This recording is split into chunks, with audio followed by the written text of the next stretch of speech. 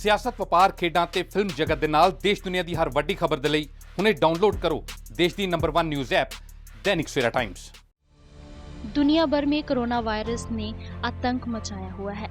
इसी के बीच कारोबार के उतराव चढ़ाव को देखते दैनिक सवेरा के मुख्य संपादक शीतल विज जी ने अपने विचार प्रकट किए हैं।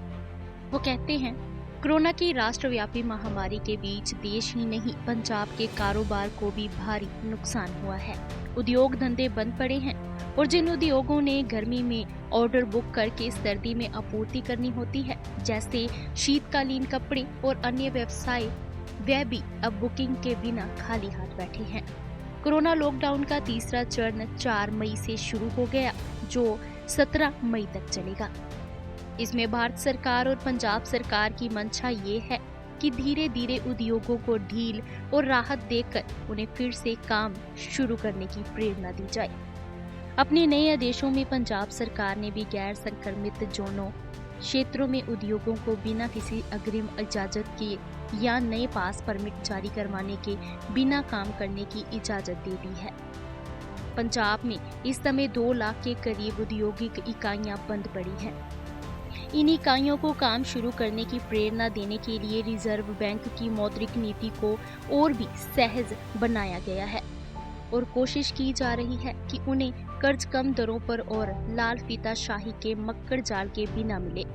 लेकिन अभी किसी विशेष सक्रियता का नजारा नजर नहीं आता। इसके कई कारण हैं। एक तो ये कि 40 दिन की मंदी डोलने के बाद निवेशकों के कल पुर्जे ढीले हो चुके हैं। वे अपने नए निवेश या नए काम पर लाभ की संभावना की गणना कर रहे हैं, लेकिन ये संभावना उन्हें नजर नहीं आती, क्योंकि हर काम को सही ढंग से करने के लिए उसके हर तरह के आपूर्ति और बिक्री चैनल खुलने जरूरी है। जब तक इन उद्योगों को कच्चे माल की सहज कीमतों पर प्राप्ति नहीं होती और बने माल को बेचने की मंडियां देश या विदेश में उनके लिए नहीं खुलती, तो वे भला उत्साह के साथ काम कैसे शुरू कर सकते हैं। उधर देश की शेयर मंडियां, जो निवेशकों के भविष्य की साक्षी होती हैं, वहां भी कोहराम मचा हुआ है। कोरोना वायरस महामारी के बीच अमेरिका तथा चीन के मध्य तनाव बढ़ गया और शेयर मार्केट का कारोबारी सत्र पहले दिन ही 2027 अंक लुढ़का दिखने लगा। अंदाजा है कि इस महामारी में निवेशकों के 5.83 लाख करोड़ रुपए डूब गए हैं।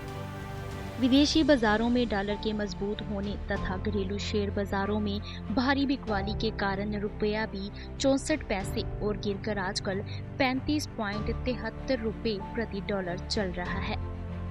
कारोबार के दौरान इसमें लगातार गिरावट आ रही है। इस तरह से भारतीय निवेशकों को विदेशी निर्यात में घाटे की संभावना और बढ़ गई।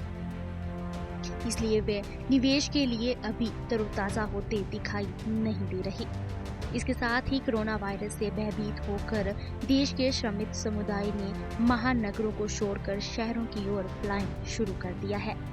पलायन का दबाव इतना है कि उनको निकालने के लिए बंद रेलें जारी की जा रही हैं और ये रेलें देश भर में 10 लाख से अधिक फंसे हुए मजदूरों को निकालेंगी।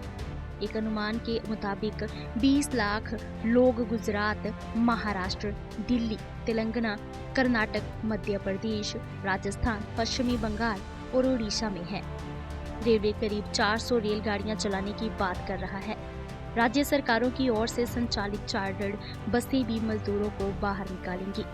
पलायन करने वाले मजदूरों के आंकड़े भयावह है। 20 से 22 लोग बिहार और 7 से 8 लाख लोग उत्तर प्रदेश जाना चाहते हैं। इन लाखों लोगों को अपने गंतव्य तक पहुंचाने के लिए 14 दिन तक क्वारंटाइन में रहना होगा। इस प्रकार अभी तो देश की श्रम शक्ति अशक्त दिखाई देती है।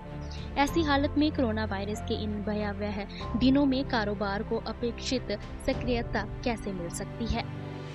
शीतल विज।